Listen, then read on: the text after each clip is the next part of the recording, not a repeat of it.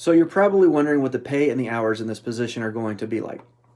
And while that seems like a simple question, it's a sales job, so I'm going to give you a complicated answer. Let's start by kind of describing what life looks like for an experienced account manager. So once you are good at what you're doing, you're good at sales, you've built up a pipeline, you have a lot of referrals coming in. This job gets a lot easier. The first 6 months are by far the hardest. Uh, Guys that have been here for a year or so have a much different life than you will in your first couple months. Experienced account managers get the vast majority of their sales from referrals. So basically, you go out, you do good work, you ask for referrals, you go to an appointment, you sign someone up, on to the next one, just like that.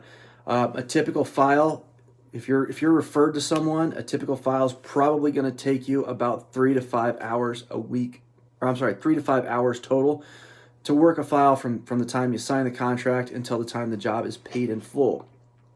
So a lot of experienced account managers who are working largely off of referrals, they've also basically, when you're starting off, you're likely to work on kind of smaller, lower slope roofs that are easier to get on and less, basically kind of we call them starter roofs.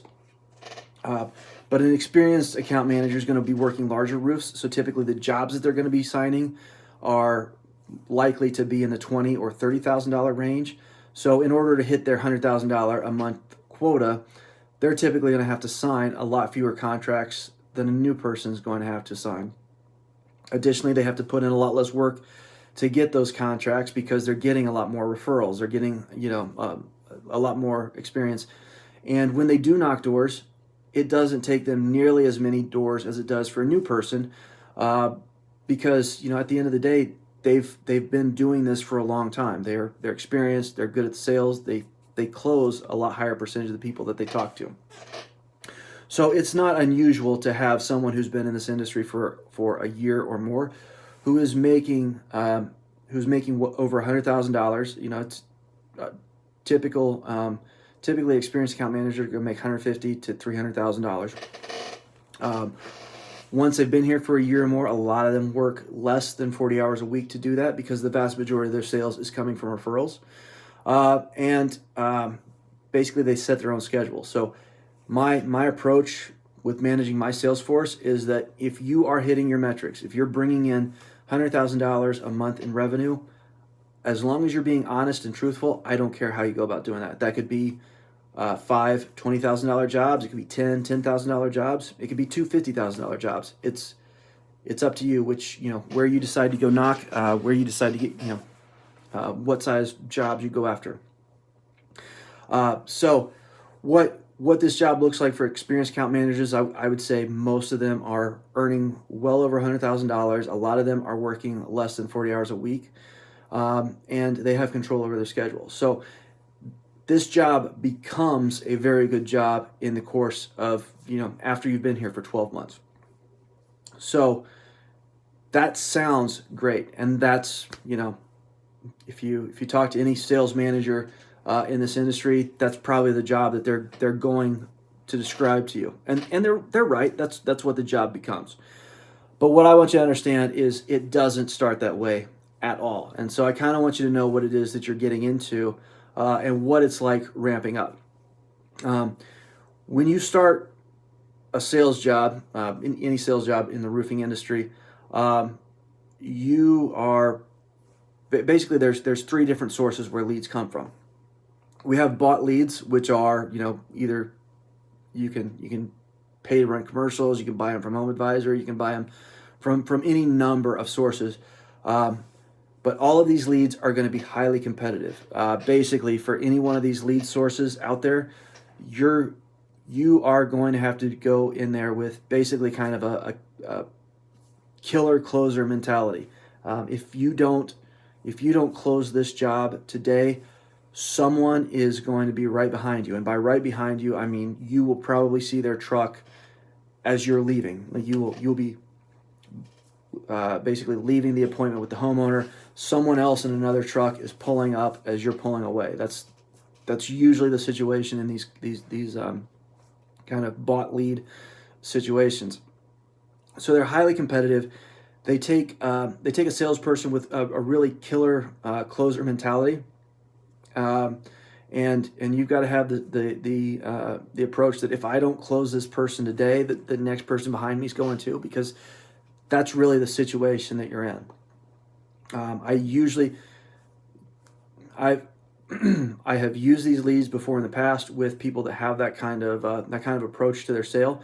That's not the kind of approach. That's not the sale that I teach. Now, if you come here with kind of that training and that background, and that's the way you want to go about selling, I'll definitely support you with those types of leads, as long as you're closing them.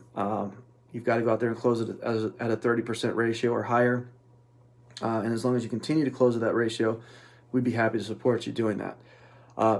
So let's talk about the other types of leads. The better types of leads in this industry are what I like to call earned leads. So earned leads happen when you go out and you take care of somebody, or there's somebody that you go out, you meet with them, you take care of them, you do good work, and they refer you. So a neighbor calls up and says, hey, I saw you doing the install on my neighbor's roof, or I saw your sign in the yard, I saw your truck, I saw the door hanger that you guys left. Basically, these leads are much, much easier to close, very, very laid back. Working a neighborhood, canvassing and working a neighborhood in the way we train is much more a laid back approach. If someone's not ready to work with us today, that's absolutely fine. We'll stop by when we do the neighbor's roof. And then, when we get 3 or 4 neighbors bought, when we have more signs in the yard, next thing you know, that neighbor that said no a week ago is giving us a call and saying, hey, I saw that you're doing the rest of my neighbor's roofs. Is it too late for you to come out and help me out now? So it's a much more laid back approach. It's just show up, do good work, take care of people, and move things forward that way. So that's the approach that I like to take. It leads to a lot more, it leads to a lot more call-ins. It leads to easier sales, and it's just a friendlier, better approach. It's the way that I like to sell, and it's the way that I train people to sell. Now, again, if you come in with kind of a killer sales mentality and that's what you want to do, we'll support that. It's just not the approach that I train. Now, the hard part about this approach is getting started. You've got to become very good at talking to the neighbors. The best time to sign people up is when we're doing a roof. They see that we're taking care of the neighbor, we're doing good work there. We talk to them about having the insurance company buy the roof, getting the insurance company to pay for it. They see that we're doing good work. Makes it real easy to do an inspection and sign up a roof. So the way that you get started doing that is you just it's all about canvassing, going into a neighborhood, going to a place where we're doing work. Knocking on doors saying, hey, we just got your neighbor's roof paid for by State Farm. Didn't know if you'd like a free inspection. See if we get your roof paid for by the insurance company as well. So very, very simple process. And basically the way that it works is for new people who are just getting started, on your first day, I expect you to be terrible. We plan for the fact that your first day here, you're going to be terrible. It may take 200 doors before you get your first contract. Typically, it's not that many, but it might take that many. So the way that it usually works is in your first week, you probably have to knock 200 doors to get a contract. But we have video training. We use other resources to train you up. Everything we can to teach you how to get past the door, how to close a contract. And so quickly, that number comes from 200 doors down to 100 doors. Typically, I've always tracked my data. The average number of doors that it takes for a salesperson to close a contract is 50 doors. So as you become experienced, you know that if I go out and knock 50 doors, I'm going to get one contract. That's probably about 2.5 hours of work to sign a contract. So that's kind of where you're going to get to. But we also train a lot on how to use social media, how to ask for referrals, and get it to the point that you don't have to knock doors. You're going off of referrals. And so that's really what our training program is based off of. So you want to be a good canvasser, you want to be good at asking referrals, and just keep that cycle going so that it's just constantly do a roof, get 3 referrals. do 3 roofs, get 9 referrals, and just have it go from there. And that's really the way that you move from being kind of that new guy who really struggles in the first 3 months to that guy who, a year later is making $100,000 a year, and working, working 20, 40 hours to achieve it. It's hard, guys. I don't want to downplay it. The first 3 to 6 months are hard. It takes a lot of work.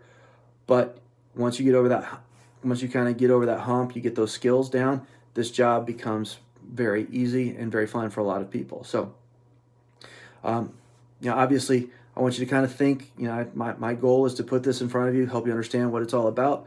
My goal is to really make sure that you understand what you're getting into. And if you have any questions about this, certainly bring those to the interview as well.